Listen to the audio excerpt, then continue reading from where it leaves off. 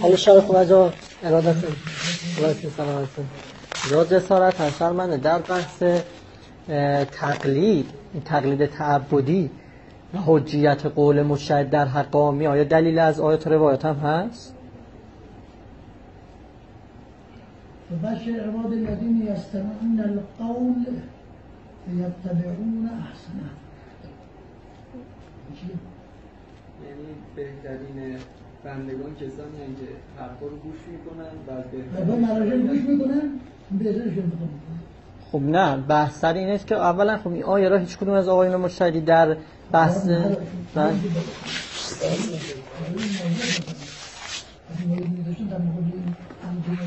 نه مثل آقای بروجردی که حالا شما یا مثلا آقای آخوند خراسانی و امثالهم در اثبات تقلید ایشون میفرمایند که آیات قرآن هیچ کدوم دلالت بر تقلید نداره.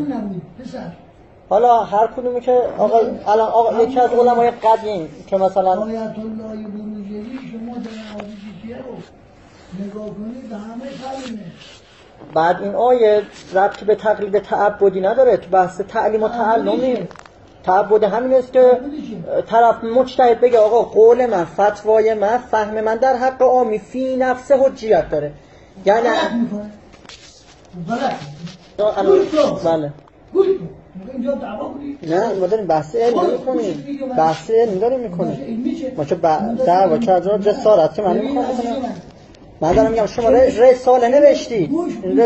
رساله من 2 جلد داره. خود 2 جلد داشته. الان حجت میدونین قولتون رو در حق عامیانه؟ اگه مستند باشه به قرآن.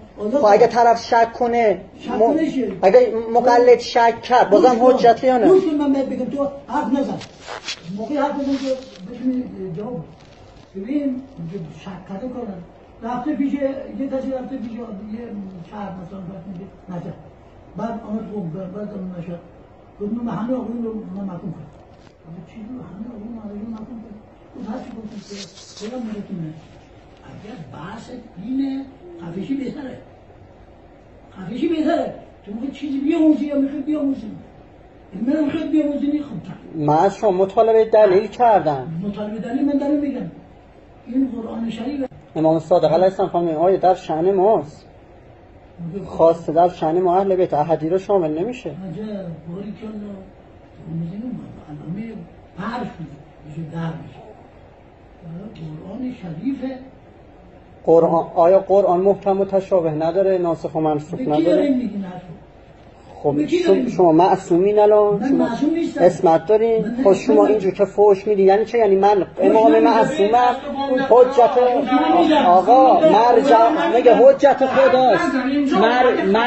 مرجع میگه حجت خداست. خفشو گفت خفشو یعنی خفشو درست یعنی باید این همین بلا مطالبه دلیله. سلام این همین بلا این همین بلا حرف نزن گفت من حرف نزن گفتم خفشو